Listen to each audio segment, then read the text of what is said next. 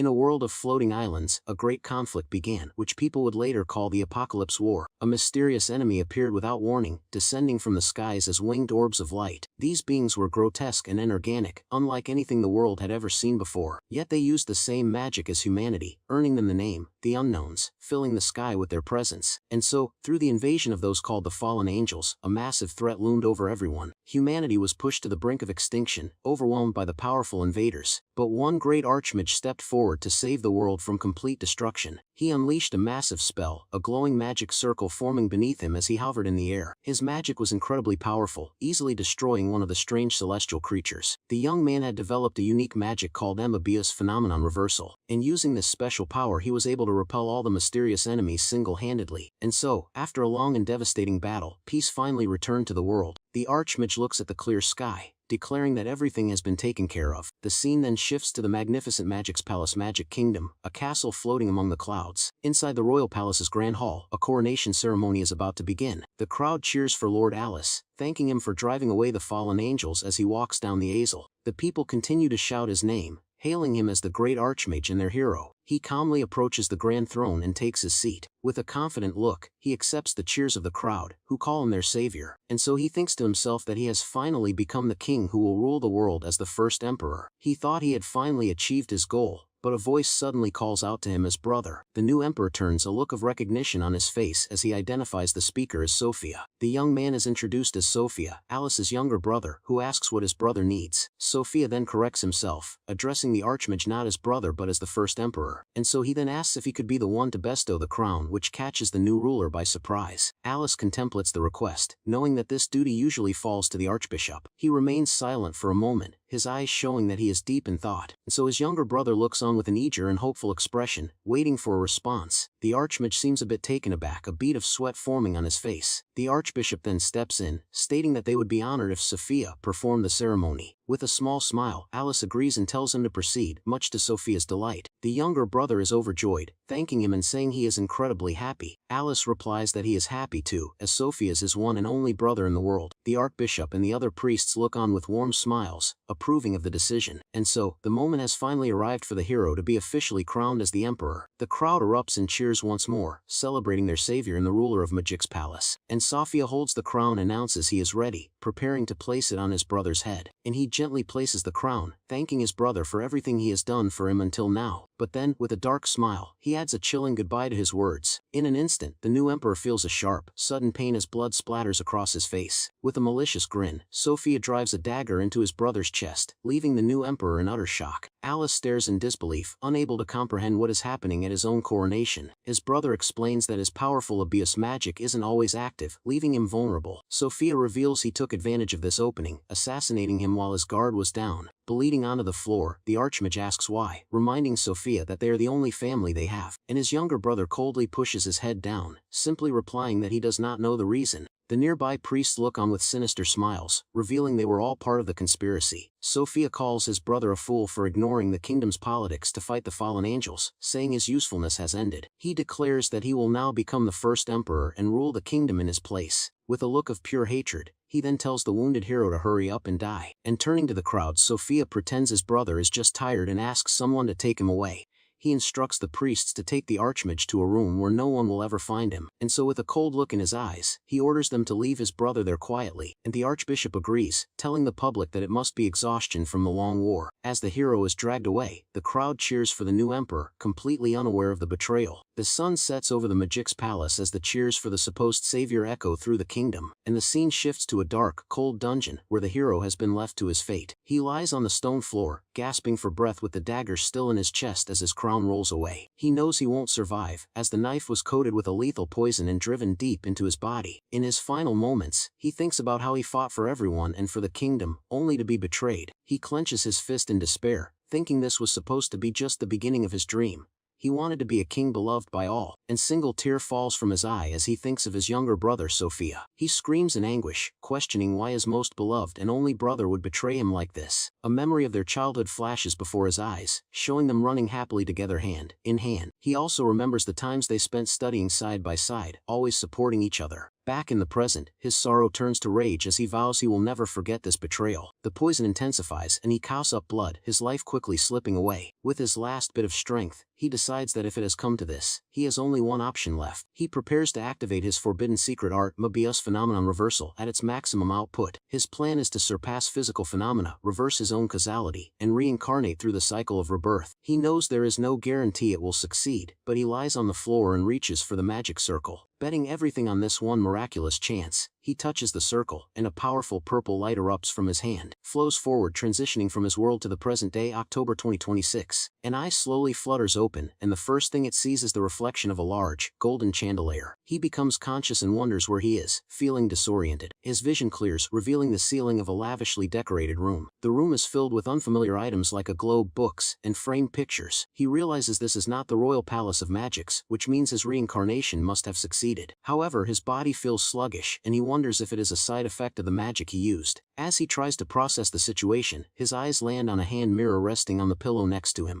He picks up the mirror, feeling a sense of dread as he brings it closer to his face. But when he tries to speak, only baby-like sounds come out, adding to his confusion and panic. And so, looking at his reflection, he sees the face of a very young child and is horrified to realize he has become a baby. He flails his tiny arms in desperation, unable to accept that he has been reincarnated as a helpless infant. And just then, he hears a noise and turns his head, noticing someone has just entered his room. A woman dressed as a maid, named Arunasari, enters and greets him, happy to see that he is awake. He tries to ask her about the world he is in, but his words come out as incoherent babbling.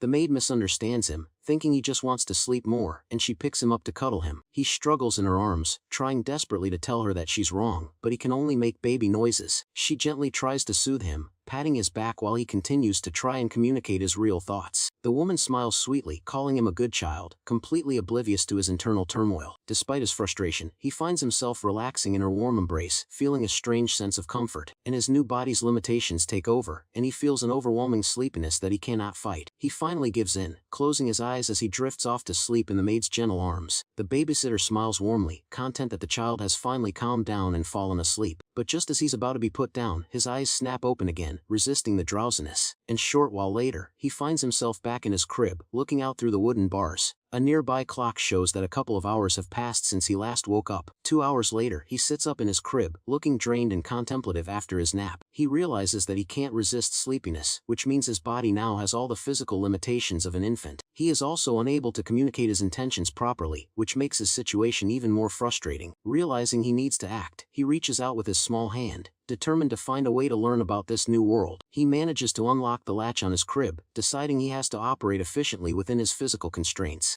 With the side of the crib now open, he makes a loud crash as he and all of his bedding fall to the floor, and the noise alerts the maid, who was just about to enter the room with a tray. She opens the door and finds the baby on the floor, surrounded by a mountain of books. She is completely shocked to see the mess, her eyes wide with disbelief. The books are scattered everywhere, some open to pages with text and illustrations. There are books on history, geography, and various other subjects piled up all around him.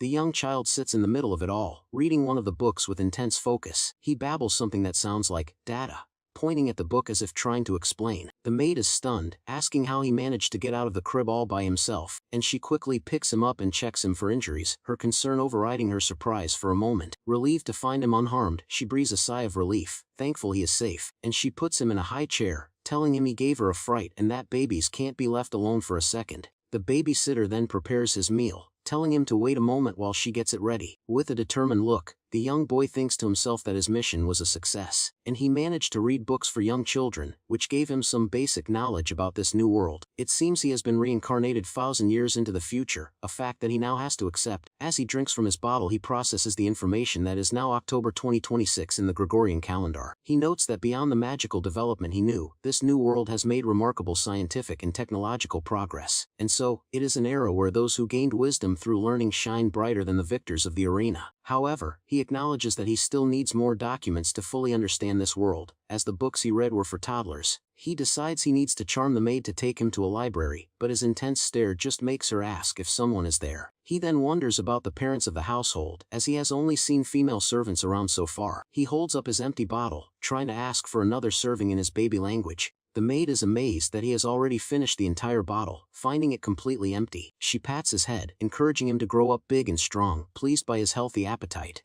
He thinks about the milk, noting that it was lukewarm and bland but not bad, even though he disliked milk in his past life. The sensation of the maid's hand on his head makes him wonder if his tastes have changed in his reincarnated body. He babbles again, still trying to communicate, but the maid just continues to pat his head affectionately. Just then, another woman, the head maid Shikura Shinobu, appears and asks if she is still taking care of the baby, and she reminds the younger maid that there is still kitchen work to be done, prompting a hurried response. The head maid coldly remarks on how slow she is, though she at least replies promptly. The younger maid apologizes profusely, saying she will hurry to the kitchen right away, and the head maid sighs and decides to take over, telling the other woman to go to the kitchen immediately. The young boy watches the exchange in silence, observing the dynamics between the two servants, and so the head maid then turns her attention to the child, her expression unreadable as she stands over him. She looks at him with a serious and slightly intimidating gaze, a stark contrast to the previous maid's warmth. As she approaches, she picks up a small cloth, ready to take over the task of caring for the baby. The young child watches the head maid with a curious expression, wondering what she is doing. He observes as the stern-looking woman moves around the room, tidying up the mess he made, and she begins picking up the books that are scattered all over the ornate carpet. And after collecting all the books from the floor, she neatly places them back onto the shelves. And so it is revealed that the bookshelf is actually a hidden door, which she closes with a serious look. Behind where the books were, she discovers a small, ornate box filled with sparkling jewelry. With a quick glance around to make sure no one is looking, she slyly slips the box in her apron pocket. The reincarnated archmage watches this action closely, a look of realization dawning on his face, and so thinks that she can steal something and blame the baby's mess, confident the master would never suspect her. She then turns back to face the child, completely unaware that her theft has been witnessed. The young boy's expression changes, his eyes narrowing with a look that is far too intelligent for a baby. The head maid seems to notice his strange gaze, a flicker of annoyance appearing in her eyes. A menacing aura surrounds her as she questions his insolent look,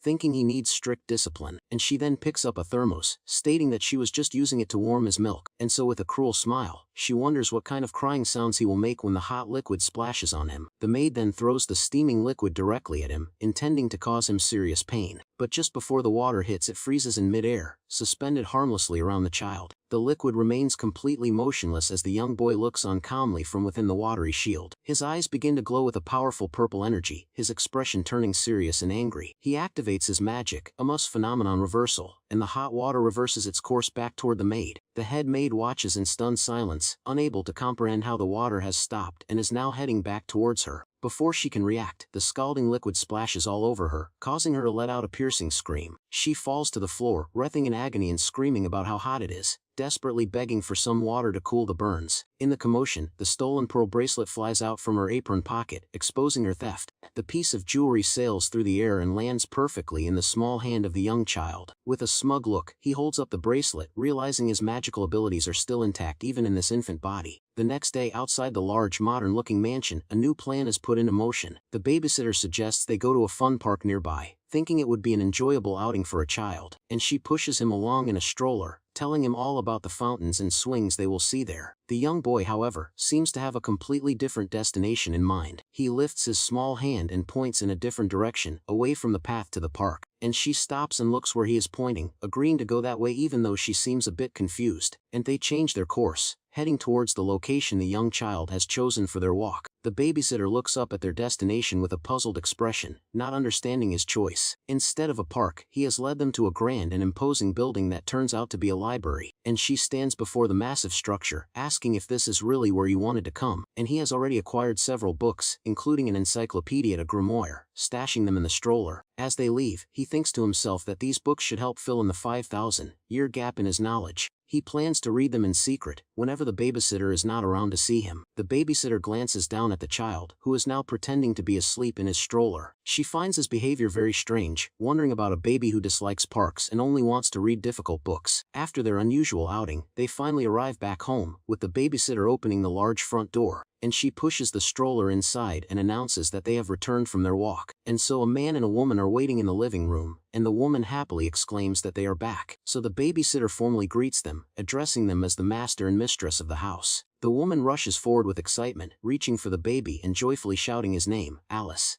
the mistress turns to the babysitter, asking a question with a slightly puzzled expression. She then picks up the young child and apologizes for leaving him alone, holding him close. The boy processes the situation, realizing these two are his new parents and that he shares his old name, Alice. And so, the other maid, who has just returned, tells the couple to take their time as she goes to prepare dinner. While being held, he observes his new mother and thinks to himself that she is really cute. The father apologizes to his wife for his poor health, saying it is his fault for dragging out his condition, and she quickly dismisses his apology, telling him that his illness is the most critical thing right now. The young child overhears their conversation and becomes concerned, wondering about this illness. And so his father laments that even the cutting-edge medical facilities in America were unable to help him, and his wife tries to be optimistic, insisting they can't give up and must keep searching for a cure.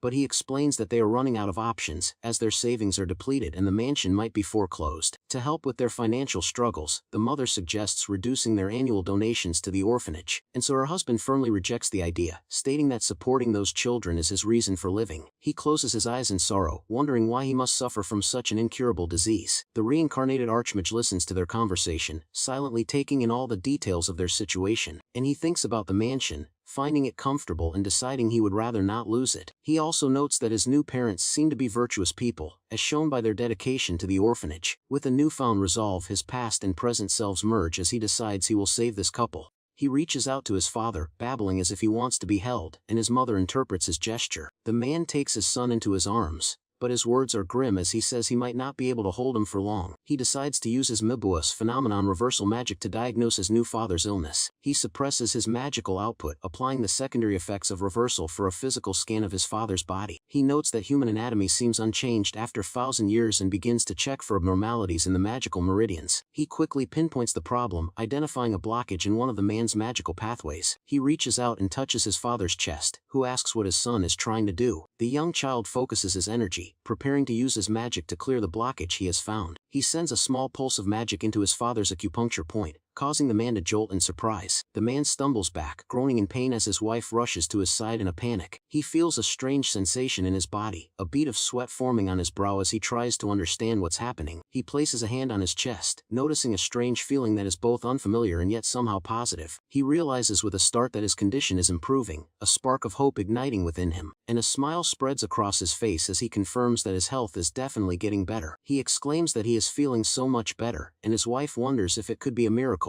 And the young archmage watches, satisfied that this man's life should be safe now that he has intervened. However, the use of his magic has taken a toll on his small body, and he feels an overwhelming sleepiness. He struggles to stay awake, but the exhaustion is too much for his infant form to handle. He quickly falls asleep in his father's arms, the magical exertion having completely drained him. A little while later, he wakes up with a jolt, feeling a bit disoriented from his sudden nap. He sees his mother sleeping peacefully in a nearby chair, the stress of the day having finally caught up with her. He realizes that when he uses magic, his infant body can't handle the strain, and overwhelming sleepiness attacks him. He understands that until his body grows and builds stamina, he needs to avoid recklessly using his magic. But despite this, he activates his Mobius magic, forming a small glowing circle in his hands. Using his power, he levitates a heavy book and his milk bottle from a table across the room. With surprising ease for his small size, he catches both items as they fly into his crib. He tells himself the reckless display was a one-time thing as he starts reading while drinking his milk. Night falls over the large mansion, with the full moon illuminating the quiet grounds. Tucked into bed, the young child feels content, knowing that his new parents and home are now secure. However, as he gazes at the ceiling, he starts to ponder the true meaning of his reincarnation in this era.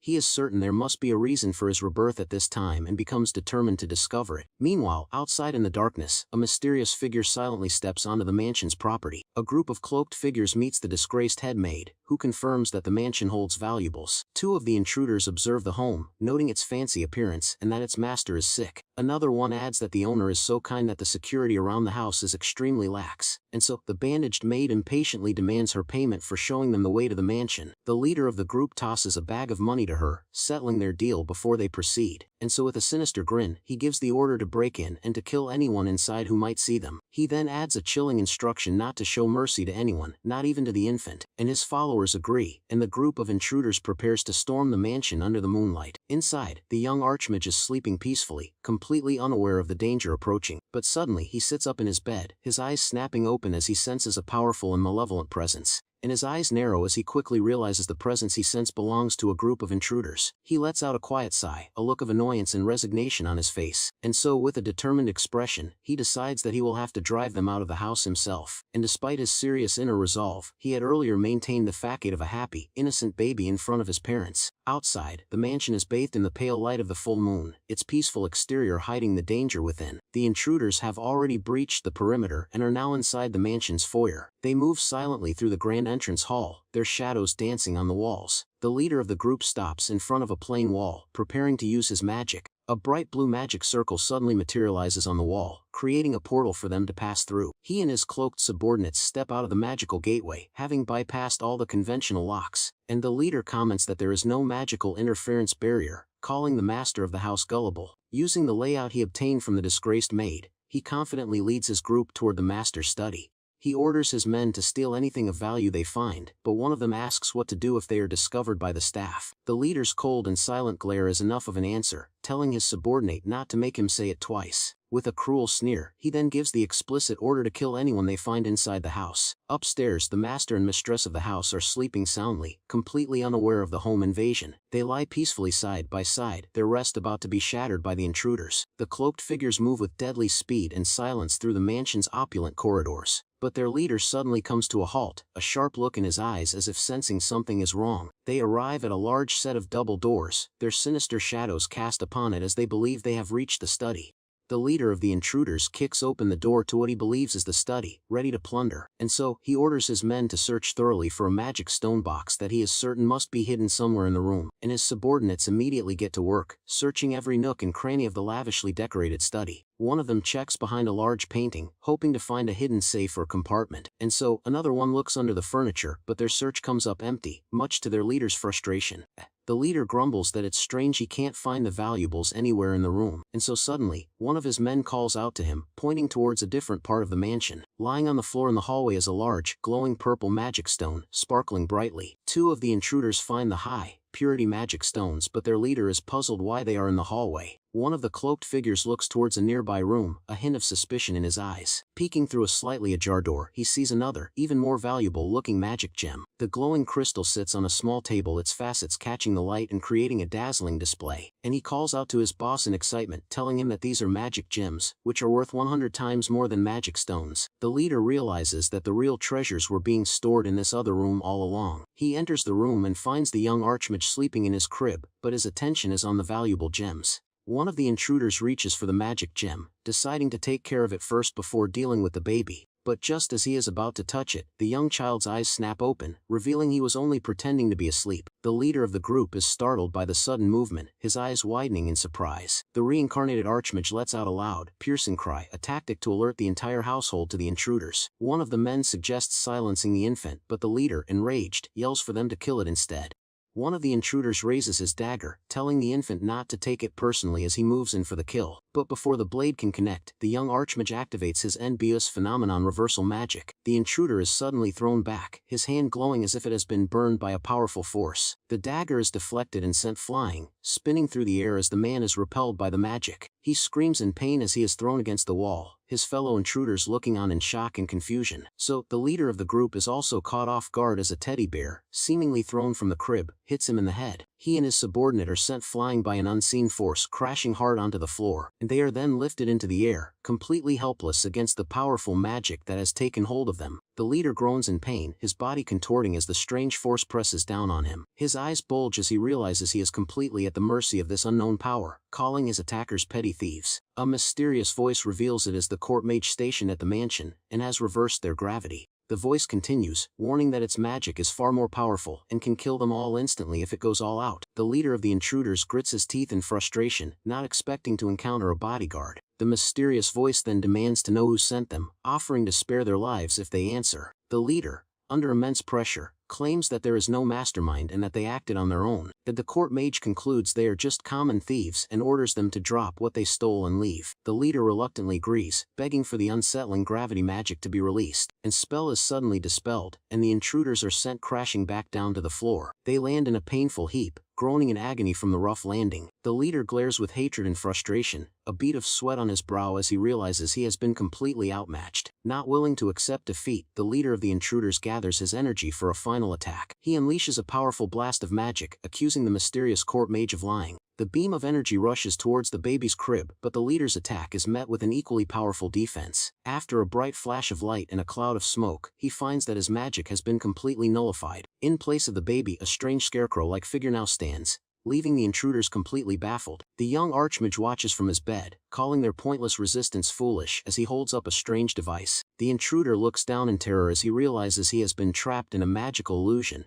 and the real threat is still there. He turns just in time to see the young child standing in his crib, a look of cold fury in his eyes. A glowing pink magic circle appears around the baby, and the image of his past self as a powerful archmage materializes behind him. A massive wave of magical energy erupts from the child, engulfing the entire room and the terrified intruders. The cloaked figures are caught in the blast, their bodies racked with pain as they are overwhelmed by the immense power. The next morning, police cars are parked outside the mansion, the aftermath of the night's events now being investigated. And so, the master of the house explains to the police that he found the intruders restrained when he woke up. And so, a police officer questions him and the new maid, learning that they don't know who subdued the criminals. The officer reveals that the disgraced maid who tipped off the thieves has confessed, claiming she was threatened, and so he adds that the criminals themselves seem to have confused memories, and apparently a baby killed them or something. The master and the maid are left completely speechless by the bizarre and unbelievable story. Nearby, the young archmage crawls on the floor, babbling innocently to maintain his cover, so his mother watches him with delight, praising him for his impressive crawling skills. As his parents dote on him, he is careful to hide his true power, a small knowing smile on his face. With the immediate danger gone, the father breathes a sigh of relief, feeling that it's finally all over. The mother notices her son's happy mood and asks if something good happened, to which the father agrees. The young child then pushes himself up from a crawling position, ready to attempt something new. With a look of intense concentration, he slowly and unsteadily rises to his feet for the first time. He manages to stand on his own, a major milestone for a child his age, much to his parents' surprise. And his mother exclaims in shock that he is walking, and his father encourages him to keep going. The father is amazed, thinking his child might be a genius for walking so soon after being born. The young archmage maintains his happy baby fad, enjoying his parents' doting praise, and his father picks him up, overjoyed, amazed by his son's incredible progress. The mother, however, thinks her husband is exaggerating, though she is clearly happy and proud.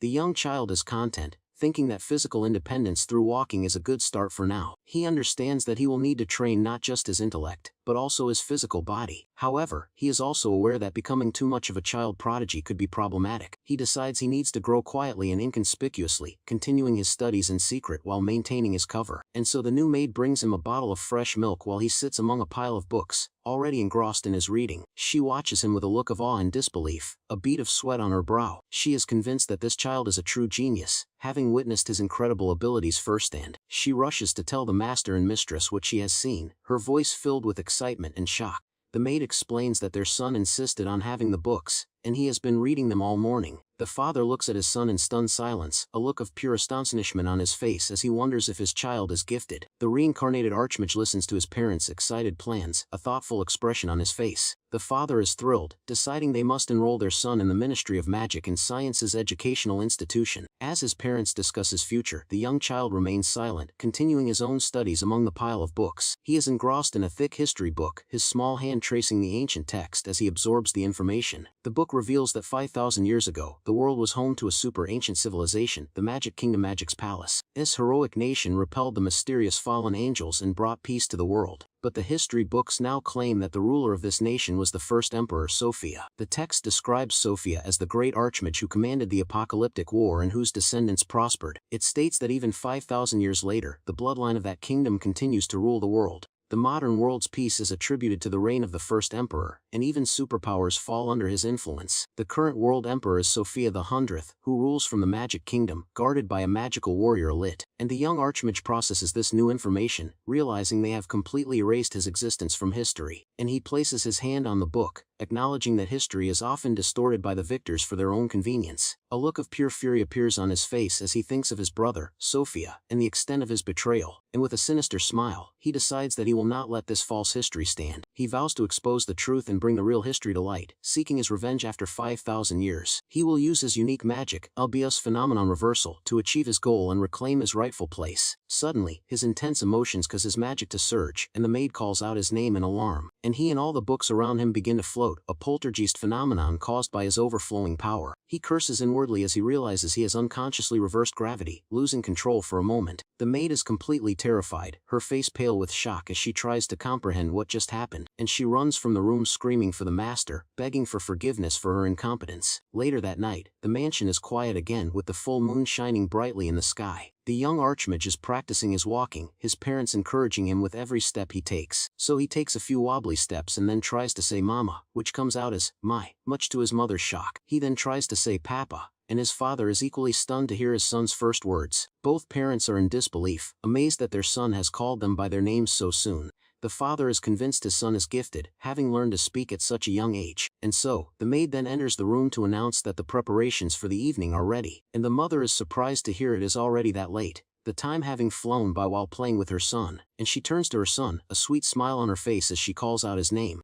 She then tells him it is time for them to take a bath together, her voice filled with warmth and affection. The young archmage is caught off guard by the suggestion, a look of confusion on his face, and his mother happily repeats that it is bath time, completely oblivious to his internal turmoil. He tries to refuse, thinking he can use his purification magic to clean himself without a bath, but his mother insists, telling him he has been playing and sweating, so a bath is mandatory. He panics at the thought, realizing that even in a reincarnated body, a bath with the lady of the house is unavoidable. In a desperate attempt to escape, he runs to his father, calling out to him for help. The father happily agrees to bathe with his son, pleased that the child seems to like him so much. And so, the young archmage's first day of navigating his new life comes to a close, filled with unexpected challenges. And tucked safely in bed, the young archmage is relieved to have made it through the eventful day. He thinks about his goal, which is now crystal clear, remembering the current emperor is descended from his treacherous brother. He clenches his small fist, vowing to confront them with the truth of history and reclaim his legacy. But he knows he must be patient and wait until his infant body grows strong enough for the task ahead. 3 years later, a magnificent castle-like building surrounded by cherry blossoms comes into view, and the young boy's parents tell him this is the kindergarten he will be attending, and he vows to do his best. Now 3 years old, Asukai Arisu stands proudly in his new uniform ready for his first day of school, and so he turns to his parents with a bright smile, thanking them for enrolling him in such a prestigious kindergarten. As he walks with his parents, he hopes to get along with his new teachers and friends, but he also worries about being bullied. With a mischievous glint in his eye, he wonders if perhaps he will be the one causing all the trouble instead. He overhears other parents bragging about their children's accomplishments, like scoring perfect marks on aptitude exams, and so another mother boasts that her husband is the director of the Magical Research Institute. A third parent chimes in, mentioning that they have met at the Magic Cooperative Association gatherings. The young archmage observes them, realizing that these are the children of the elite candidates of this new world. The entrance ceremony for the private luminous kindergarten begins in a grand hall. The headmistress welcomes the new students, telling them they will study sports and magical arts under a cutting-edge curriculum. The young boy listens intently, thinking this is his first experience in an organized society, and he will handle it his way. The scene then shifts to the Star Class classroom at Luminous Kindergarten, filled with energetic children. A cheerful woman with her hair in buns introduces herself as Miss Sally, the Star Class teacher. The children all greet her enthusiastically, but the young archmage stands apart from the group, observing quietly. The young archmage maintains a stoic expression, his face unreadable as he observes the classroom dynamics. He is pulled into a dance by 2 of his classmates, but his bored and uninterested expression remains. During art class, another student looks at his impressive drawing with a mix of awe and confusion. He sits through story time with the same indifferent look, not at all engaged by the teacher's enthusiastic reading. His teacher notices his lack of participation and asks if something is wrong, but he simply replies that he is fine. She finds his behavior strange, having never seen such an unfriendly child, and tries to entice him with some toys. The teacher becomes increasingly worried about his withdrawn behavior, but he remains engrossed in his book. During recess, the other children gather in groups, their whispers and curious glances directed at one particular student. They wonder about a child from the Moon class, a different and seemingly more elite group. A confident young boy with a bowl cut introduces himself as Zazen Takami from the Moon class, declaring he is the most important person there. He proudly proclaims himself the #1 aristocrat, and his 2 companions shower him with praise. The reincarnated archmage watches this display from a distance, a look of mild annoyance on his face. He turns back to his book, dismissing the scene as pathetic and not worthy of his attention, and the school building gleams in the sunlight, its impressive architecture a symbol of the elite world he now inhabits. He walks down the grand hallway, his small figure a stark contrast to the imposing surroundings. Suddenly, a voice calls out to him, and he turns to see who is trying to get his attention, and he sees Zazen and his friends cornering another student outside, telling him a poor person shouldn't be there. The young boy, clearly intimidated, backs against the wall and apologizes, his body trembling with fear. From a window, the young Archmage observes the scene, surprised to see a star-class student apologizing, and Zazen's friend arrogantly declares that only first-class nobility can enter this kindergarten, reinforcing the strict social hierarchy. He continues to taunt the young boy, calling him a freeloader from a lower-class family that can't afford proper donations. The bullied child looks down, a bead of sweat on his face as he endures the verbal abuse. The boy with glasses then suggests that since he is not paying his share, he should do the cleaning instead. With a cruel laugh, the three bullies throw buckets of cold, muddy water all over the helpless child. The young boy is completely drenched, his uniform now soaked and stained with mud, and Zazen mocks him, saying the muddy water suits him as he prepares to throw another bucket. But before he can, a hand reaches out and stops him, a silent intervention from an unexpected source. And so the young Archmage steps forward, standing in front of the bullied child and asking if they are going too far. And Zazen is annoyed by the interference, turning to the newcomer and asking what his problem is.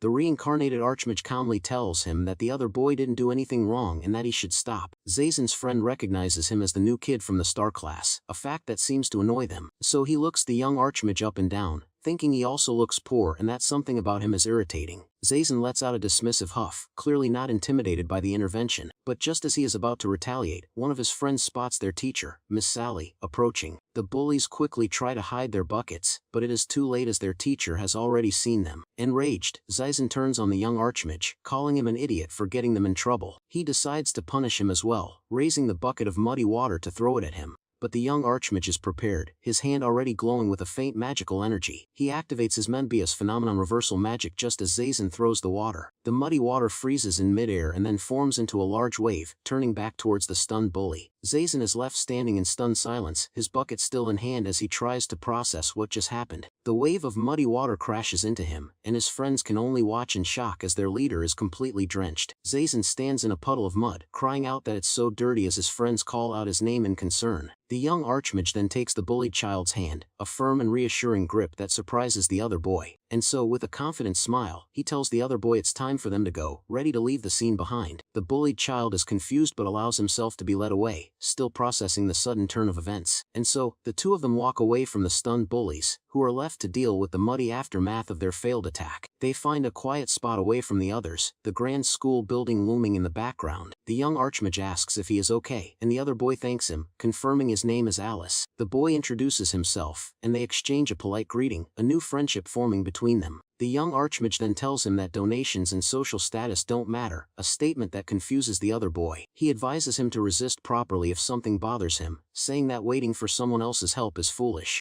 He warns that otherwise, he will always be on the receiving end of mistreatment, and the other boy listens in stunned silence. The reincarnated Archmage then walks away, leaving the other child to ponder his powerful words. The bullied boy watches him go, his expression a mix of awe and contemplation as he takes the advice to heart. The next day the school stands tall and proud against the clear blue sky, a new day of learning about to begin. Miss Sally greets her class with her usual cheerful energy, encouraging them to play and have fun. And the young Archmage, however, looks bored and tired, not at all interested in the day's activities. During drawing time, he sits next to his new friend but his mind seems to be elsewhere. His teacher is baffled by his drawing, which is not a simple picture but a complex array of magical circles and formulas. The teacher is completely stunned, her mind struggling to process the advanced concepts he has drawn. She recognizes it as high school level magical theory, far beyond what any kindergartner should know. Overwhelmed, she can only stammer, a bead of sweat on her face as she tries to comprehend his genius. Later, during block play, the young Archmage seems to be participating normally, though his expression is still bored. But he has actually used his magic to sculpt the blocks into a perfect replica of a famous statue, leaving his teacher speechless. And she panics, thinking she needs to report this incredible and unbelievable talent to the director immediately. The reincarnated Archmage sighs, realizing that if he keeps coming to this school, his true abilities will inevitably be exposed. Meanwhile, Zazen and his friends are hiding around a corner, plotting their revenge. And Zazen is furious, vowing to get revenge on the poor kid who humiliated him in front of the teacher. He declares he will show him who is superior in this kindergarten, holding up a strange, cylindrical magic tool. Later, the young archmage and his new friend are walking down the hallway together, unaware of the trap ahead, and Zaisen peeks from behind a corner, a sinister smile on his face as he waits for them to approach. The reincarnated archmage hears the whispers and senses the trap, but he decides to play along for now. Zaisen explains his plan, having set up a magic tool in the hallway to blow the other boy away. His friend is amazed, noting that it is a tool used by adults, and Zaisen proudly admits he snuck it from his father's company. He declares this is payback for the muddy water incident, and he will blow him away with an explosion.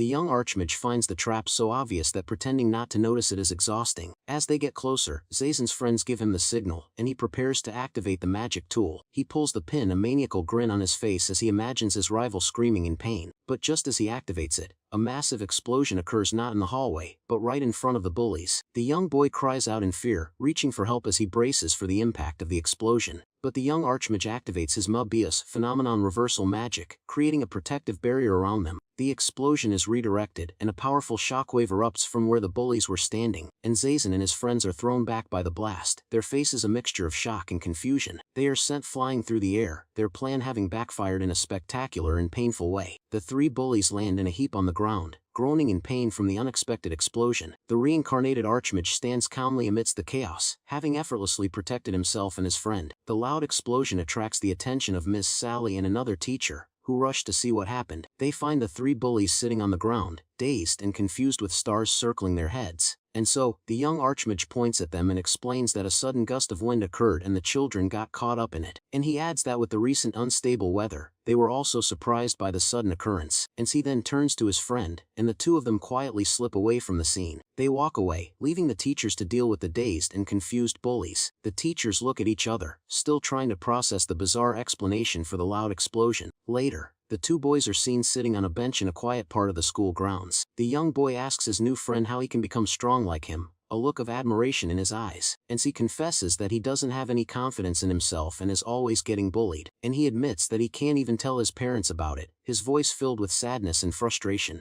The young archmage tells him that people have infinite potential and that he should resist what he doesn't like. And so, he adds that as long as he doesn't throw away his potential, he will definitely be able to change, leaving his new friend in deep thought.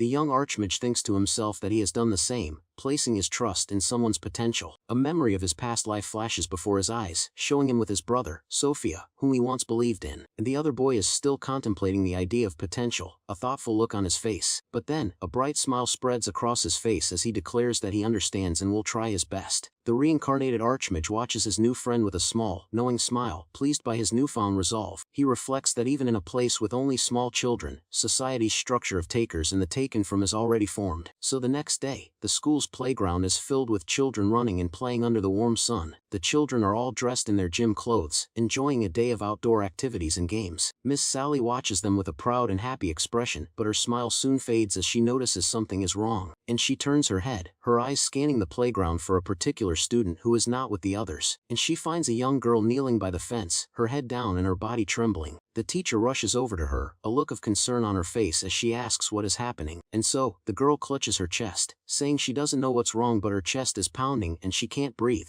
The young archmage, who is reading a book nearby, looks up, his attention drawn by the commotion. The girl collapses to the ground, and Miss Sally panics, shouting for someone to call an ambulance. The young boy closes his book, his expression turning serious as he assesses the situation. He decides to use a customized version of his Mobius phenomenon reversal magic to perform a physical scan. Applying the reversal effect, he visualizes the girl's magical meridian circulation to find the problem. He discovers that part of her magical meridians is becoming blocked, causing her distress. He understands that such defects occasionally occur in people who are naturally abundant with magical power. He uses his magic to gently press on the girl's acupuncture point, clearing the blockage in her meridians. He is satisfied that the flow of her magical energy is now secure, though he knows it is just first aid. He calls out to Miss Sally, who is on the phone, and she turns, surprised to see him standing there. The girl sits up, completely recovered, and the teacher is amazed, asking if she is okay. He explains that the intense exercise caused poor magical flow and that he knows from experience. And so with a confident smile, he tells the teacher he will leave the rest to her and walks away. And so later, in the director's office, the teachers are reporting the strange incidents that have been happening. Miss Sally explains that the sick child recovered quickly thanks to the young boy's advice. And so another teacher adds that the broken playground equipment was mysteriously repaired overnight after he mentioned it. A third teacher chimes in, saying that a magical projector he touched also fixed itself somehow. The director listens intently, her hands clasped as she processes the incredible stories about this one student. She repeats his name, a thoughtful and intrigued smile on her face as she calls him an interesting child. On the way home, his parents praise him for doing well at school, and he tells them drawing was fun. He then turns to his parents, a serious expression on his face as he tells them he has a favor to ask. He looks his mother in the eye and asks if he can quit the prestigious kindergarten. His parents are completely shocked by his request, their faces a mixture of confusion and disbelief. Later that day, the family sits around a table, a tense and serious atmosphere filling the room, and his mother asks if he is serious about quitting such a prestigious school, her voice filled with concern. They ask if he was bullied or if the teachers didn't suit him, trying to understand his sudden decision. He calmly explains that he is not being bullied and the teachers are nice, but there is nothing more for him to learn there. And so his parents are in disbelief, unable to accept that there is nothing more for their genius son to learn at the prestigious kindergarten. He then tells them he has a request, his hands clasped on the table as he prepares to make his case. The family sits in tense silence, his parents waiting to hear what their extraordinary son wants from them. But just as he is about to speak, the maid enters the room to announce that the principal is on the phone.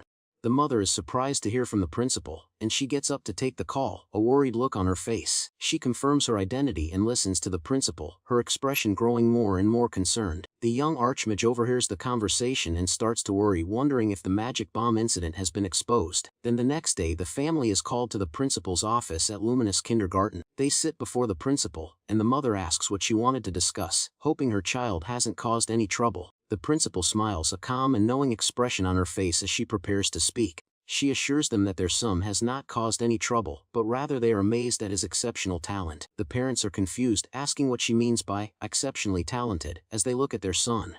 The principal then reveals that their son fixed a magical projector that even the adults couldn't figure out. The young archmage's eyes widen, a jolt of surprise running through him as he is directly confronted. The principal continues, mentioning that he also stopped a magic bomb to help his friend, not letting him forget his heroic act. He realizes with a sigh that his secret has been exposed after all, his cover blown by his own actions. The principal explains that stopping a magic bomb requires a magical aptitude of B rank or higher, far beyond a kindergartner. She adds that his magical skills, healing techniques, and engineering knowledge are all exceptionally outstanding. The father is given a report detailing his son's incredible abilities, his hands trembling as he reads it, and he is completely stunned, having known his son was a genius but not to this incredible and unbelievable extent. The young archmage realizes that this timing is actually perfect for his plans to move forward. He interrupts the conversation, stating that he also has something to say to everyone. With a serious and determined expression, he formally requests to be allowed to skip grades. His mother is shocked by his request, unable to believe her son wants to skip grades at such a young age. He confirms his intentions, explaining that he wants to skip kindergarten and go straight to elementary school. The principal smiles, revealing that she had the same thought and that was the reason she called them in. And she informs him that their thoughts align, and she will treat him as a special early graduate of the kindergarten. He is surprised by how reasonable they are, finding them easy to negotiate with. The principal explains that nurturing the talents of a child prodigy is the duty of an educator, and his mother is overjoyed, exclaiming that her son is a prodigy, but the principal adds a condition. She tells him that a farewell party is also important work, and he must say proper goodbyes to everyone. A few days later, a farewell party is held for him in the star class, with a banner celebrating his departure, and so, his classmates gather around him, expressing their sadness that he is leaving and that they won't be able to play together anymore. He apologizes to everyone, a bead of sweat on his face as he feels a bit overwhelmed by their affection. The girls in his class are especially sad to see him go, asking for one last round of pretend play and to exchange contact information. One of the girls stands on her toes, her eagerness to stay in touch with him clear. The reincarnated archmage is a bit taken aback by all the attention, not used to this kind of social interaction, and his new friend, whom he helped, stands among the crowd, his expression a mix of sadness and determination. He calls out to his friend, his voice firm as he declares that he will do his best, inspired by his words. The young archmage smiles, a warm and genuine expression as he sees the positive impact he has had on his new friend. Meanwhile, Zeiss and his friends are sitting on a bench, looking defeated and dejected. The formerly bullied child approaches them, his shadow falling over the three boys as they look up in surprise. Zazen asks what he wants, his voice filled with a mix of annoyance and curiosity. The young boy looks at him, a determined expression on his face as he prepares to speak his mind. He tells Zazen that he is always hitting and kicking him behind the scenes and asks him to stop. Zazen is enraged by the confrontation, but the boy stands his ground, his resolve unshaken. And so he tells them that the kindergarten doesn't discriminate based on wealth and that they are all equal. and so Zazen's friends are surprised by this revelation and they turn to their leader for confirmation. And flustered and embarrassed, Zazen reluctantly agrees, promising that he won't bully him anymore. The young boy smiles, a look of quiet satisfaction on his face as he sees the positive change he has inspired. He walks back to his friend, and the two of them share a look of mutual understanding and respect. He gives a thumbs up, a gesture that conveys his belief that the world is full of potential. The reincarnated Archmage echoes the sentiment, knowing that everyone has the capacity to change for the better. And so 6 months later, a large and imposing building with a banner for the Mage Academy Kyo Elementary School comes into view. The young Archmage, now dressed in a smart suit, stands before the grand entrance with his parents. He turns to them, a confident and determined look in his eyes as he tells them he is going in. His parents wish him well, encouraging him to relax and do his best on the entrance exam. And so he walks towards the building, thinking that from here on out, he will just do what he has always done. With his parents watching proudly, he walks up the steps of the Grand Academy, ready for the next chapter of his life. Kyo Elementary School is a prestigious institution that provides first-rate magical education for the cultivation of future mages. The academy is world-renowned, having produced elite mages who are active in the Magical Institute.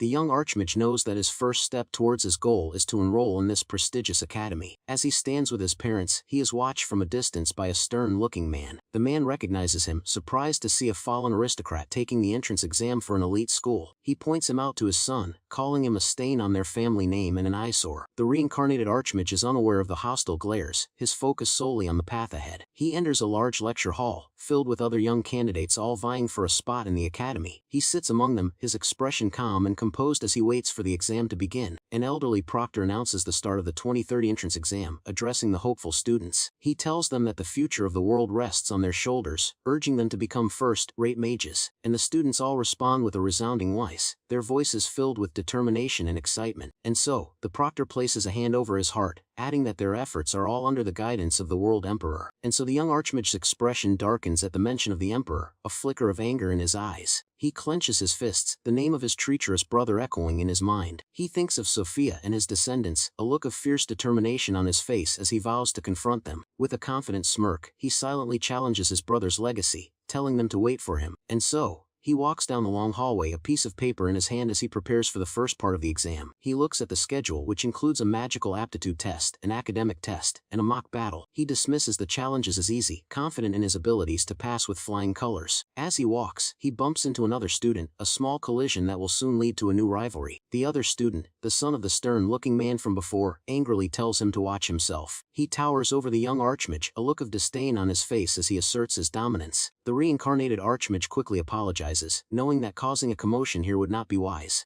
He also notices that the other boy has many followers, and making an enemy of him could be problematic. The boy scoffs, calling him a little runt and telling him not to think he will pass the exam. He then walks away with his friends, calling him a stain on their family name and leaving him in stunned silence. The first part of the entrance exam is a magical ability assessment, held on a large, open field. The other candidates are all practicing their magic, creating glowing orbs and circles of energy. One of them unleashes a powerful blast of magic that just barely misses a target, showing off his skill. The reincarnated Archmage stands to the side, observing the others with a calm and analytical expression. He is a bit surprised by the level of magical ability the other candidates possess. Suddenly the boy from before appears in front of him, a smug and arrogant look on his face. He stands over him, a clear challenge in his eyes as he prepares to show off his own power. He taunts him, calling him a fallen aristocrat and an embarrassment to their family name. The young Archmage is taken aback by the insults, the words fallen and family stain echoing in his mind. The other boy continues his verbal assault, mocking his kind and sickly father who keeps getting poorer, and he declares that elites like him deserve to be in this academy and tells him to watch closely. He strikes a powerful stance, gathering his magical energy as he prepares to cast a spell. He summons a fire spirit, a glowing red magic circle forming in front of him as he chants the incantation. He then unleashes a powerful fireball, a massive orb of fire that streaks across the field toward a target. The fireball hits the target with a massive explosion, sending debris flying everywhere. The power gauge on the target maxes out, indicating the incredible force of the attack.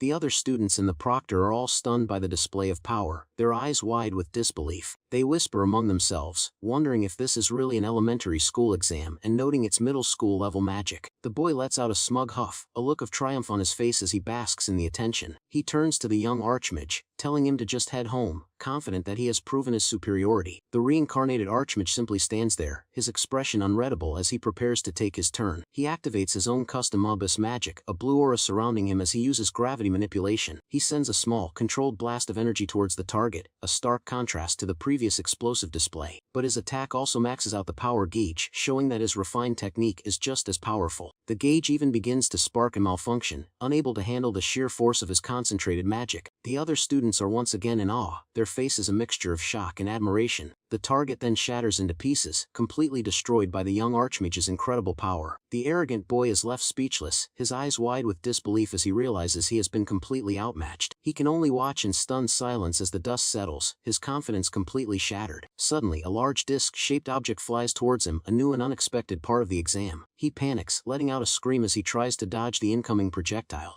But the young Archmage simply raises a hand, his expression calm and focused as he prepares to deal with the new threat. He effortlessly stops the disc in mid-air and then sends it crashing to the ground, creating another massive explosion. The other boy is left sitting on the edge of a newly formed crater, his face pale with fear and shock. He is so terrified that he wets himself, a puddle forming on the ground beneath him as he stares in disbelief. The young Archmage stands over him, the sun at his back creating an intimidating silhouette. So with a cold and menacing look, he tells the other boy that he is the one who should be heading home. The bully is left trembling in fear, his arrogant demeanor completely gone as he faces the overwhelming power of the young Archmage. In the distance, a group of other students, including a blonde girl with a ponytail, watch the confrontation with interest. The blonde girl observes the scene with a calm and analytical expression, a thoughtful look on her face. The proctor announces that the young Archmage has passed the magical ability assessment, his voice echoing across the field. The reincarnated Archmage simply turns and walks away, his expression unreadable as he moves on to the next test. He has already passed the magical ability assessment, and now he is ready for the academic aptitude exam and the mock battle. The second part of the entrance exam is the academic test, held in a large and quiet examination hall, and the students are all focused on their papers, the only sound in the room the scratching of pens on paper. The young Archmage finds the test to be way too easy, and he decides to answer like a normal child to avoid suspicion. He lets out a quiet sigh, a bit bored by the simplicity of the questions on the exam. A girl sitting next to him whispers that she forgot her eraser, a look of panic on her face. He calmly takes his own eraser and breaks it in half, a simple solution to her problem. He offers her the piece, a small act of kindness that surprises the girl, and he tells her that they should both do their best, a small smile on his face as he encourages her. She thanks him, a blush on her cheeks as she is touched by his unexpected generosity. So from a few rows back, the blonde girl from the magical ability test watches him, her expression thoughtful and curious, and she continues to observe him, her eyes narrowed as she tries to figure out the mystery behind this extraordinary child. After the academic test, it is lunchtime, and the students all gather in the cafeteria to eat, and the young Archmage has a lovingly prepared bento box from his mother, filled with his favorite foods. He sits with his parents, who have come to support him during the long exam day. His father asks if he is doing well on the exams, and he confidently replies that he is doing perfectly. He eats his octopus-shaped hot dog, and his parents encourage him to keep up the good work in the afternoon. Suddenly, the stern-looking man from before, along with his son, approaches their table. The young Archmage's father looks up, a bit surprised to see them, as he continues to eat his lunch, and the man greets him by name, commenting on the coincidence of running into him there. The father returns the greeting, but his tone is cold and distant, which seems to annoy the other man. The man questions his tone, reminding him of his lower position in their Zaibatsu hierarchy. The father tries to de-escalate the situation, a bead of sweat on his face as he asks him not to be so cold. The man's hand glows with a faint magical energy, a clear threat that does not go unnoticed. The young Archmage's mother looks on with a worried expression, sensing the tension between the two men. The reincarnated Archmage watches the exchange in silence, his eyes narrowed as he assesses the situation. The man then turns his attention to the young boy, asking if he inherited his father's defiant attitude. His son, who was humbled during the magical ability test, watches with a smug look on his face. The father is at a loss for words, unsure how to respond to the blatant disrespect. The man then yells at him not to make excuses, accusing him of getting cocky for skipping grades. He calls him a fallen aristocrat and then angrily knocks his bento box out of his hands. And the family and the other students in the cafeteria are all stunned by his sudden and violent outburst. The lovingly prepared lunch is now scattered all over the floor, a mess of rice, eggs, and vegetables. The man then threatens the father, telling him to avoid being brought before the Zaibatsu Council on charges of disrespect. He pours his hot coffee all over the spilled food and orders the father to clean the floor and eat everything as an apology.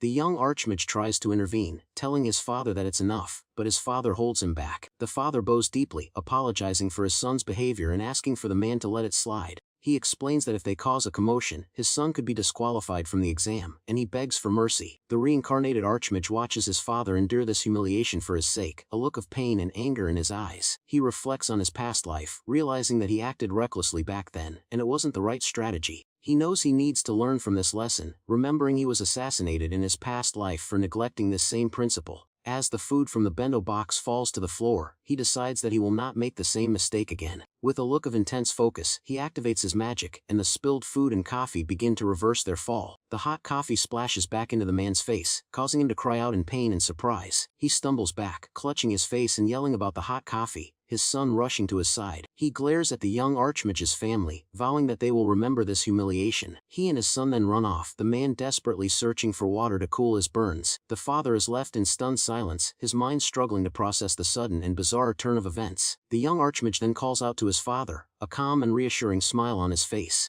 He suggests they move somewhere else to eat their lunch, and his father looks at him in confusion. And suddenly, the bento boxes are back on the table, perfectly restored and filled with the delicious food from before. And so the young boy dismisses his father's questions, saying he wants to eat while looking at the sky in the courtyard.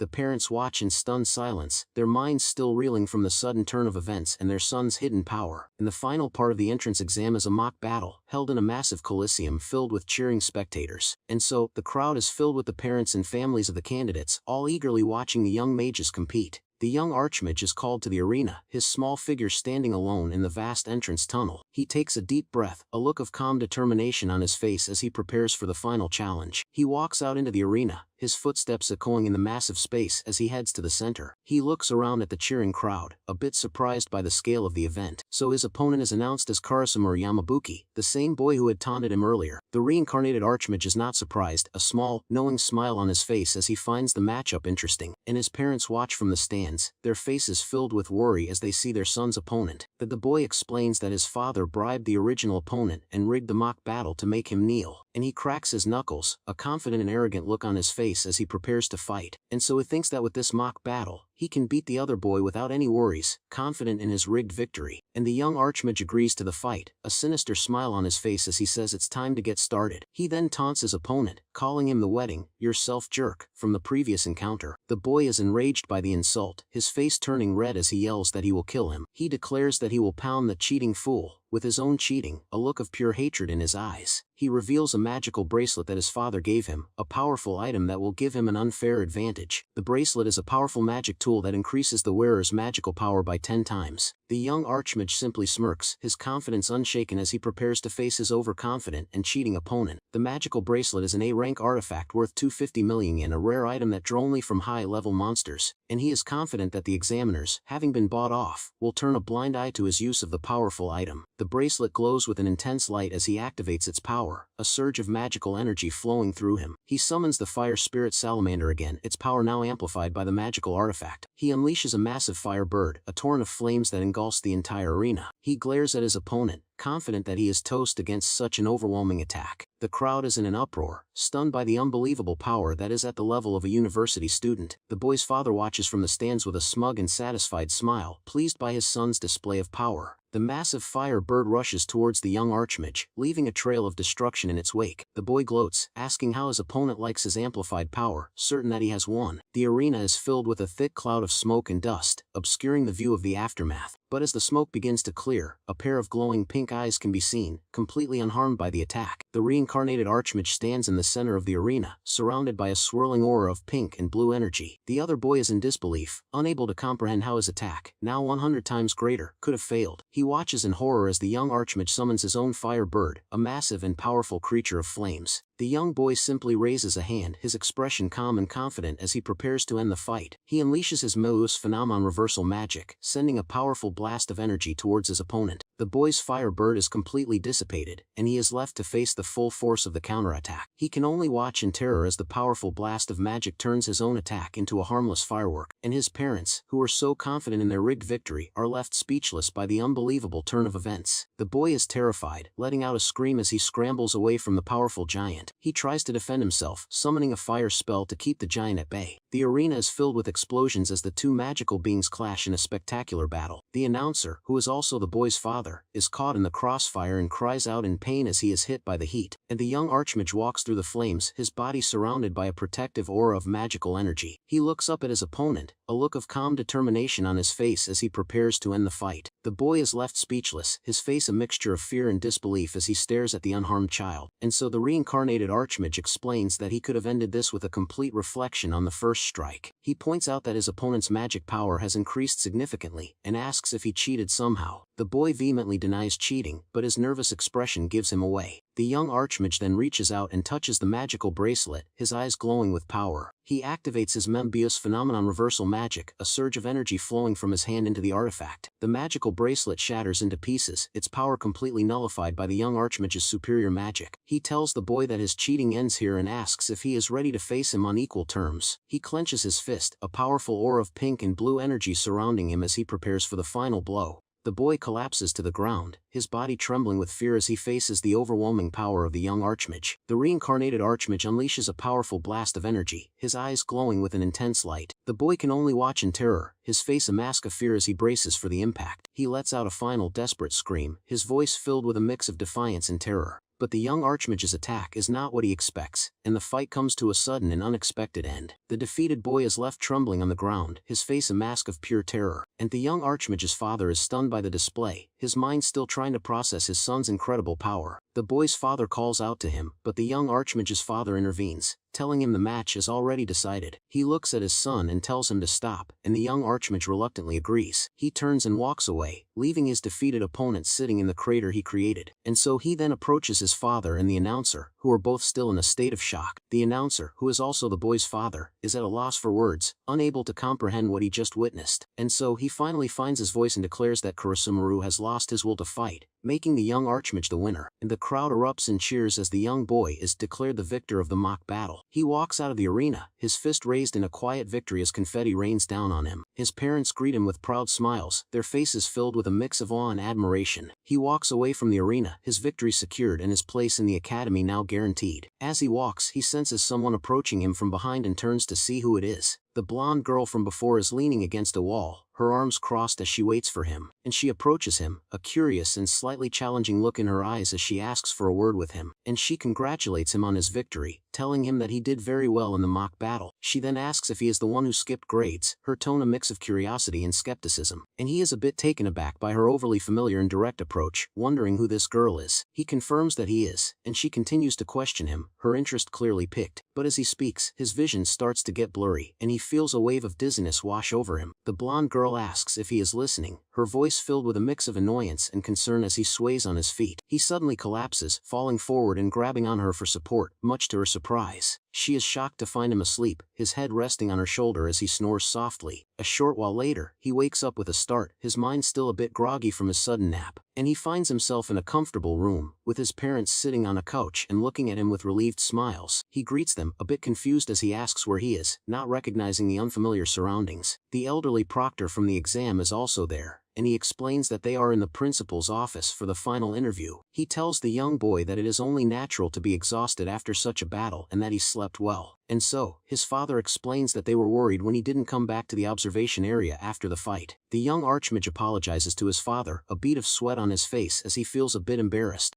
The principal nods, a calm and reassuring expression on his face as he prepares to begin the interview.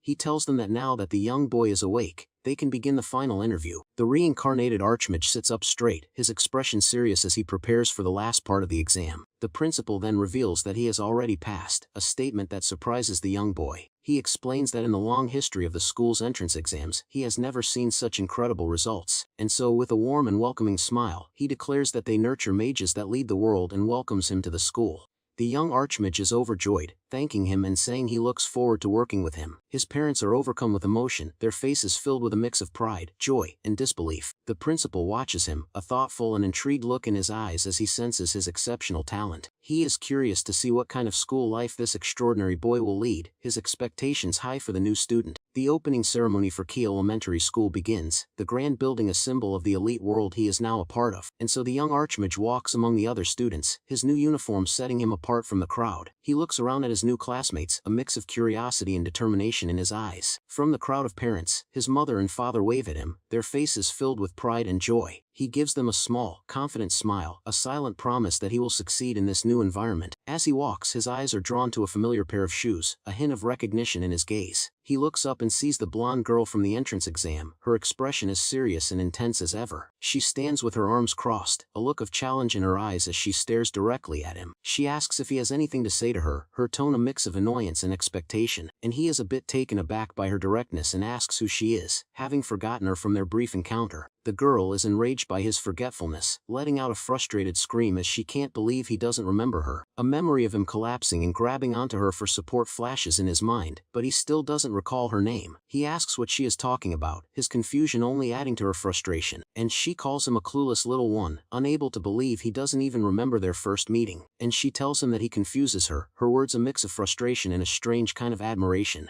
But then, with a sudden change in tone, she declares that he is precisely suited to be her partner. She recounts his actions during the exam, from bending the gong with magic to showing mercy to his cheating opponent. He is surprised that she was watching him so closely, a look of mild shock on his face. She tells him that he possesses magical ability, intellect, and the noble spirit of an aristocrat, and so with a confident and dramatic pose, she declares that he is suited to be her knight, a proposal that leaves him completely stunned. He is at a loss for words, a bead of sweat on his face as he tries to process her proposal. He bluntly asks if she is a stalker, a question that enrages the blonde girl, and the scene then shifts back to the opening ceremony in the grand lecture hall. The principal is giving a speech, telling the students to study hard and guide the world toward peace. The students listen intently, their faces filled with a mix of excitement and determination. The principal then announces that it is time for the student representative's greeting. The young Archmage stands up, ready to take his place at the podium as the valedictorian. The other students whisper among themselves, surprised that the valedictorian is a grade skipper who fell asleep after the mock battle. The blonde girl counts down from 7, a look of anticipation on her face as she waits for his speech. The young Archmage stands at the podium, a bit nervous as he prepares to address the entire school. He clears his throat, his small voice echoing in the large hall as he begins his speech. He pledges to dedicate himself to his studies and become a mage who will bring peace to the world. The other students are moved by his words, their faces filled with a mix of awe and inspiration. But then, he adds a bold declaration, addressing all the students in the hall.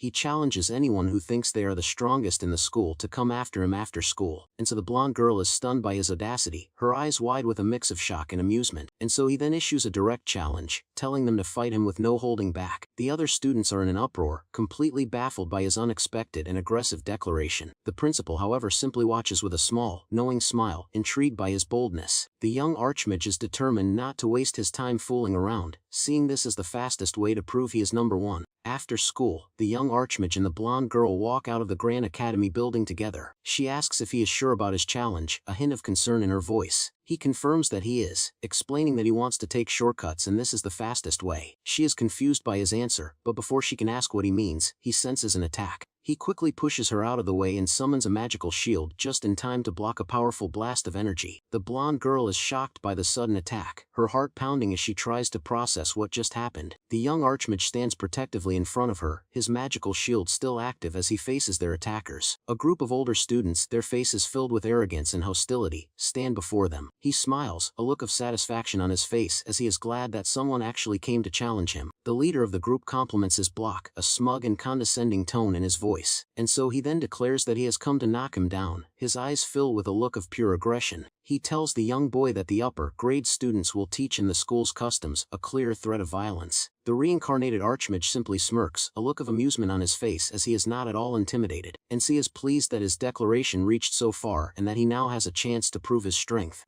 The two groups face each other in the schoolyard, the tension in the air, so thick you could cut it with a knife. The leader of the upperclassmen glares at him, his eyes filled with a mix of arrogance and contempt. The young archmage meets his gaze, his expression calm and composed as he prepares for the fight. The blonde girl watches from the side, a look of worry and concern on her face as she clenches her fists. The upperclassman taunts him, calling him a small runt and saying he will teach him Kia's customs. The young archmage simply smiles, telling him that would be helpful, his confidence unshaken. Just as the fight is about to begin, the young archmage looks up at a nearby clock, a look of realization on his face. He exclaims that it is already dinner time, a statement that confuses his opponents. The upperclassmen are baffled by his sudden change in demeanor, urging him to fight. He explains that his family has a rule to eat dinner together and that his parents will get angry if he is late. The leader of the group is enraged, thinking he is being made fun of, and vows to crush him. The three upperclassmen all unleash their magic at once, sending a barrage of powerful attacks toward him, but the reincarnated archmage simply raises a hand, a calm and confident expression on his face. He activates his Mobius phenomenon reversal magic, creating a swirling vortex of energy that traps their attacks. The colorful blasts of magic are caught in the vortex, their power completely nullified by his superior spell. The leader of the group is in disbelief, shouting that his magic is being swallowed up by the strange vortex. And so the young archmage stands in the center of the swirling energy, completely unharmed and in control. He then unleashes the trapped energy, sending it back towards the stunned upperclassmen. The vortex of magic rushes towards them, a torrent of power that they are completely unprepared for, and they can only watch in terror, their faces a mixture of shock and disbelief as their own attacks are turned against them. The energy blast hits them with full force, sending them flying back and crashing to the ground. A massive explosion rocks the schoolyard, the force of the attack leaving a trail of destruction, and the three upperclassmen are left sitting on the ground, dazed and confused by the sudden and overwhelming counterattack. The young archmage then tells them to get up and come at him for real this time, his voice filled with a mix of challenge and confidence. The three veterans are lying on the ground after the powerful counterattack, surrounded by smoke and debris in the schoolyard. They look at the boy with a mixture of shock and disbelief, unable to understand how they were defeated so easily. The blonde girl watches everything, confused, and wonders how he activates his magic without needing to summon spirits or demons. But the group leader stands up furiously, shouting that he absolutely will not lose to that rookie under any circumstances. And then he summons the powerful lightning spirit Haukar and prepares to unleash his crackling blade with full force. A massive flash of lightning called Thunderbolt hurtles toward the protagonist at incredible speed. Electrical energy crackles in the air, demonstrating the destructive power and intensity of the veteran's attack. At this point the scene changes to an older man viewing the profile of a student with a deviation score of only 32. The protagonist looks at the man with a curious expression as he analyzes the results of the magic test. The professor points at him and shouts that the measuring device is prestigious and wouldn't fail by calling him a fail. And so with an irritated expression, the young man realizes that the teacher is trying to set him up somehow. In this case, he decides to place his hand on the measuring device, which begins to glow with an intense blue light. He declares that he won't hold back either and unleashes a wave of magical power that instantly fills the entire room. The professor is completely shocked by the sudden burst of power and shouts, asking what just happened. The other two students in the room scream in pain, covering their ears because of the immense magical pressure being released. Meanwhile, the boy stands calmly amidst the energy as the device shatters into several pieces. The professor shouts in disbelief, saying that that monolith could measure magical power with a score above 380. He then stares at the pieces of the precious magical device scattered on the table, completely stunned by the situation. With a small smile, the protagonist simply says that he's leaving and prepares to go away, and so he turns and walks away, leaving the teacher and the other students behind with the equipment completely destroyed. Back in the classroom, the protagonist is sitting with a serious expression on his face. The blonde girl then grabs him by the wrist and asks if he was the one who broke the meter. At that moment, the scene returns to the fight where he raises his hand to stop the lightning strike coming towards him. The veteran is completely shocked to see his powerful lightning attack stopped in midair. He shouts in disbelief, realizing that the rookie managed to create a defensive barrier in time. The protagonist is enveloped by a blue energy barrier that easily deflects the electric attack. With a determined look, the opponent tries to maintain their attack while thinking they are on the defensive, but suddenly the young man appears right in front of him, taking the veteran completely by surprise. He then touches his opponent and activates his magic called Mobius Reversal. The blonde girl watches from afar as the protagonist prepares to use his opponent's magical power. The scene returns to the room where the boy pretends not to understand,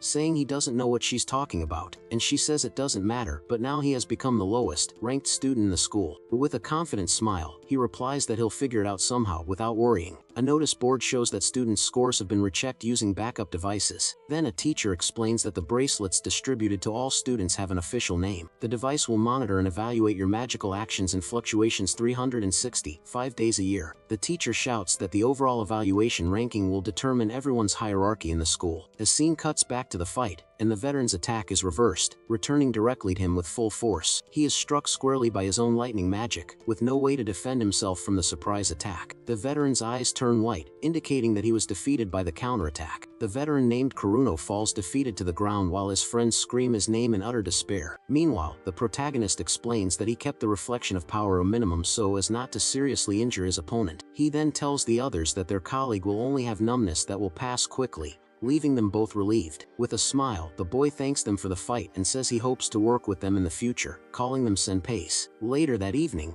the young man has dinner with his parents at home while a maid serves the food to the family. His parents then ask him how his first day of school went and if he is enjoying his new school routine. The boy replies that yes, and that he thinks he can get along with everyone at the new school without any problems, and his parents are pleased with the answer and encourage him to continue studying hard in order to succeed in his studies. And at that moment, the young man calls his father's attention to ask something important about the school system. He asks if the elementary school has a system for skipping grades, like he saw on the registration pamphlet. The parents are surprised, imagining that he wants to skip a grade again, and the scene changes to the classroom. The protagonist thinks his deviation score is 232 and that he has no choice but to climb again, and so then the teacher tells all the students to go to the courtyard for the class's physical fitness test. The boy is a little worried by the news since physical tests are definitely not his strong suit. All the students gather in the large school courtyard, preparing to begin the physical fitness tests. Soon after, the protagonist is already panting and bent over with exhaustion, showing his complete lack of physical fitness. The blonde girl approaches and asks if he's okay, reminding him that he also came in last in the race. He replies that there are several problems, and she notices with a smile that he also has his own weaknesses. He thinks he can't push this body too hard yet and remembers that the original Asuka's father was a sick person, and so from this, he concludes that the boy's weak constitution may have been inherited from his father. The blonde girl then asks how he can be her partner with that weakness, and he is confused, not understanding anything.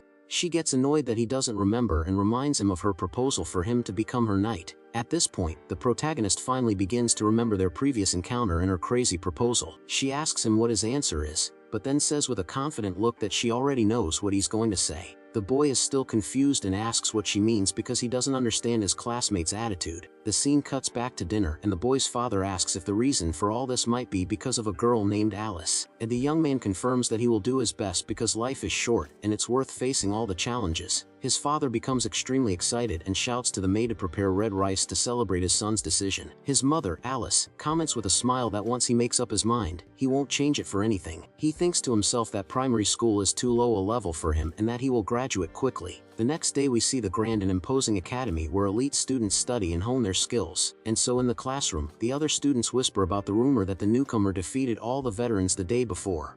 They also commented that the teachers are apparently reporting the incident to the school administration. Ignoring the rumors, the protagonist turns to the blonde girl and finally asks her what her name is, and she gets nervous and replies that it's Arisu, but quickly gets annoyed that he doesn't know and calls him a dense idiot. And so then she formally introduces herself as Lisette and demands that he engrave her name in his heart forever. The girl says that she is the elegant and beautiful girl he will be serving, leaving the young man with a bored expression. Lisette then demands an immediate answer to her proposal to make him her personal knight, but the boy seems distracted by something else and doesn't answer, leaving his classmate even more irritated. And he is looking at a system screen with a list of missions while she wonders what it is. And so Lisette explains that they need to complete missions as a team, while a colleague worries that the group will become a target because of it. And so, the scene then changes to the classroom where all the students are gathered for their first real day of school. The teacher asks everyone to sit down and announces that regular classes for first-year students will begin today. He explains that the school has a rigorous curriculum designed to train the best magicians of the generation. With a serious look, the master warns that from now on, all their conduct will be constantly monitored. Assessments will include daily classes, magical research, and even the perilous exploration of dungeons. A student repeats the part of the conduct at school, showing that everyone is nervous about the constant surveillance. Furthermore, the professor says there will be regular written tests, practical magic exams, and magic duels. He concludes by saying that all these factors will determine each individual's classification and deviation score. Hearing all this, the protagonist becomes thoughtful, analyzing the academy's evaluation system. Meanwhile, Lisette stares at him with a serious expression, silently waiting for some reaction from him. Then the teacher announces that to begin, they will conduct a basic skills assessment with everyone. He instructs the students to put on the bracelets and pass their hand over the magic device at the front of the room. A group of female students nervously stare at the device, preparing for their first official test of the year. A student places her hand over the glowing magic circle, which activates the power measuring device. The device projects a screen that displays the academic record with magical attributes such as the student's levels and abilities. The blue holographic screen shines brightly, displaying the details of the student's power for the evaluation. After the measurement, the girl seems relieved or tired, showing that the process consumes some energy. The teacher then calls the next student, Asuka, and the protagonist confirms that it is his turn to be evaluated. And so, he thinks to himself that he can't unleash his full power there because it would cause problems for everyone. The protagonist looks at the mission board and is surprised to see that there are even field missions. He realizes that the numbers next to them are credits and that completing them will increase their deviation score. With that, all the students look at the holographic notice board, deciding what to do next. The other students begin to form teams, excited to complete the missions and give their best. But the protagonist and Lizette are left alone in the courtyard because no one approaches them to form a team. And so, Lizette complains that everyone seems afraid to approach them because they probably look like troubled children. Then she crosses her arms and asks the boy which of the available missions he will choose to do. The young man looks up, analyzing the long list of missions on the holographic notice board. After thinking for a moment, he raises his finger and points to the mission he has chosen. The scene then returns to the evaluation room where the teacher calls Asuka and says he heard about the commotion. He yells that the newcomer needs to learn a lesson or the school's reputation will suffer because of him. Back to the test. The boy stands in front of the device, but suddenly something on the screen surprises him. A guy with a kind of sinister vibe shows up, flashing that untrustworthy smile, and says he can handle the freshmen. He promises he'll discipline them, in a super appropriate way.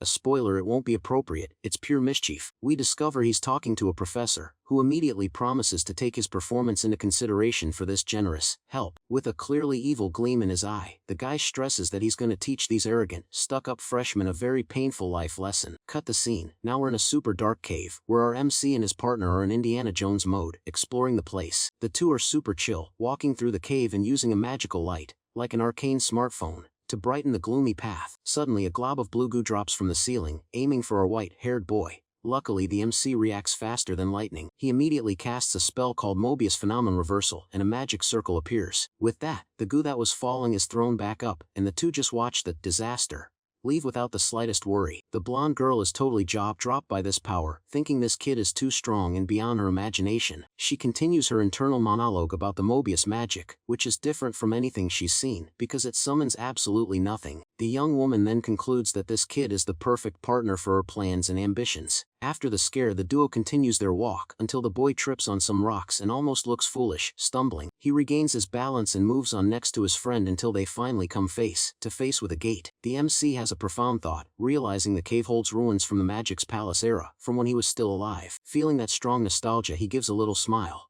The girl beside him, logically, asks what the heck he's doing. Shortly after, they arrive at what seems to be a dead end and stand still, unsure of what to do next. At that exact moment, a teleportation magic circle activates right beneath their feet, and a giant gate with ancient magical scriptures thus appears in front of them, catching everyone by surprise. The girl recognizes the ancient writing, while the boy just watches the gate, super calm and in silence. She lets out a sigh, saying they have no way to decipher it because they'll only learn that language in the 5th year. The MC then approaches that huge gate and waves his hand, as if saying goodbye to something or someone. He then suddenly starts reading the ancient scriptures out loud, leaving his partner totally surprised by this unexpected ability. As he recites the words, a massive blue magic circle activates on the gate, which begins to glow very intensely. With a loud cracking sound, the large stone gate finally opens, revealing the passage for the two of them. And the blonde girl is completely in shock and shouts in surprise when she sees that our MC managed to open the door. And so, the boy, with his usual indifference, explains that he basically just needed to channel magical power into the wall for the gate to yield. She asks how he was able to read that, and he replies, super vaguely, that he more or less managed to decipher the text. In his thoughts, he confirms the truth that was the magical writing from the era he lived in, so it's obvious he knows how to read it. And so after everything is cleared up, he tells them to go ahead and enter the newly discovered room. And so the duo then takes a step forward, entering the mysterious room that had been sealed for a long time.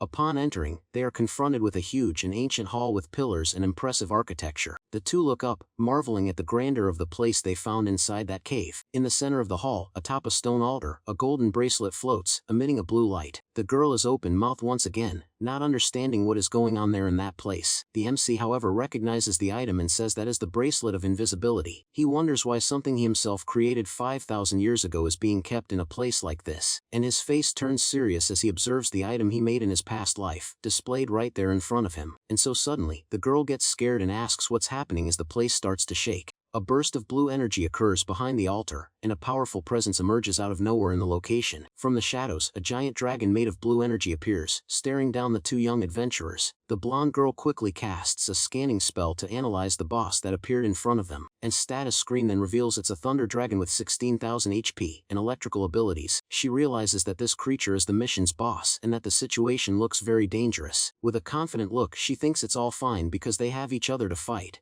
Ow, oh, oh. And so the young woman then shouts at her partner with all her might for him to finish off the dragon right away. She extends her hand with a smile on her face, expecting the boy to attack at any moment. However, nothing happens. Her expression changes to pure confusion, wondering about the delay. The girl turns around and finds the MC napping. She asks if he's sleeping again. He replies, with that sleepy face, that he used the Mobius magic too much and is now completely out of energy. Desperate, she questions what they'll do with the dragon, and the boy tells Lisette to defeat it alone. The girl goes into total shock, unable to believe what he just suggested to her. She starts freaking out, waving her arms, unsure of how she could face that monster. The MC repeats in a weak voice that she, Lisette, is the one who must defeat the creature. The girl screams that there's no way she can do it because it's an impossible task for her. The boy then asks her to come closer because he has a way to give her a little boost in the battle. Although still scared, she obeys and stands in front of him, waiting for what comes next. Lisette asks if that way is good, and the boy confirms that the position is perfect. Suddenly he touches a pressure point on her back. She screams and asks what he's doing. The young man explains that with that, he temporarily amplified her magical power. Immediately after, he collapses onto the floor from exhaustion, saying that he's now counting on her to win the fight. What a partner. The girl tries to wake up her partner, who is sleeping peacefully on the floor, ignoring her desperate screams. She then despairs upon realizing that she'll have to face the giant monster alone without his help. So with the dragon coming right at her, the young woman prepares for the fight even though she's terrified. Her first move is to run, to draw the monster's attention away from her unconscious friend, and so the creature then accumulates a large amount of electrical energy in its mouth, preparing an attack. Next, it shoots a huge sphere of lightning in the direction of the girl, who is running for her life. The electric attack travels at high speed and illuminates the entire hall with its intense blue light. She notices the speed of the blow and believes it's game over, because she wouldn't be able to dodge in time. The energy ball gets closer and closer to her and looks like it will hit her dead on with no chance of escape. There's nowhere to run, and the attack is about to hit the young woman in a huge explosion of power. But suddenly, she realizes she can see the attack's trajectory clearly in front of her. The young woman then wonders if this is the effect of the touch she received from her partner moments earlier. With this new ability, a wave of confidence washes over her, and she believes she can win this fight. The girl then turns around and counterattacks with a pink magic circle spell that she creates, and so her attack flies toward the monster to intercept the sphere of lightning coming her way, and the dragon watches the spell coming toward it, with no time to react to her counterattack. With a battle cry, the girl prepares to continue her offensive against the great creature, and she remembers a hint: the dragon's weak spot is a core in its spine that can be hit from above. Following the advice, the young woman jumps up high to be able to attack the monster from top to bottom, and so, she then says she's going to show the power of her family and prepares for the final blow against the dragon. With a leap in the air, she casts a spell called Rose Prison to trap the dragon with thorns. Right after, she manages to visualize the dragon's core and prepares to attack the monster's weak point. However, the creature reacts with a swift tail swipe toward the girl, who is airborne. The blow is so fast that she barely has time to see what's coming her way to defend herself, and so the young woman then summons a wall of thorns in front of her to protect herself from the imminent tail attack. After defending, she lands safely on the ground and prepares for the next phase of the fight. The girl then concentrates her magical power and summons a pink energy sword for the final attack. With a shout of determination, she unleashes all the accumulated power to destroy the dragon's core. Her scarlet attack magic hits the monster's crystal core dead on with tremendous force. Taking advantage of the dragon being trapped by the thorns, she advances with her sword in hand, and the young woman then leaps onto the monster's back, ready to drive her blade into the exposed weak spot. She lands gracefully on the ground after delivering her blow with the energy sword. With a cry of effort, she hopes to have dealt enough damage to end the fight right away. However, the dragon roars furiously, showing that the attack was not enough to defeat it. She realizes that her strike was too superficial and failed to destroy the core. Bummer. The monster then counterattacks with another powerful thunder breath, aiming directly at the girl. The young woman is hit dead center by the electric attack and screams in pain from the magic's impact. She is flung far away by the force of the explosion, falling wildly through the hall. Her body slides across the stone floor, leaving a trail of smoke until it finally stops. Defeated and out of energy, the girl lies fallen on the floor with an injured face and unconscious. The now victorious dragon approaches the MC, who is still passed out on the hall floor. At that moment, the boy begins to wake up slowly, moving his hand and getting ready to stand. And so, watching the scene, the wounded girl on the floor laments and wonders if this is where she'll meet her end.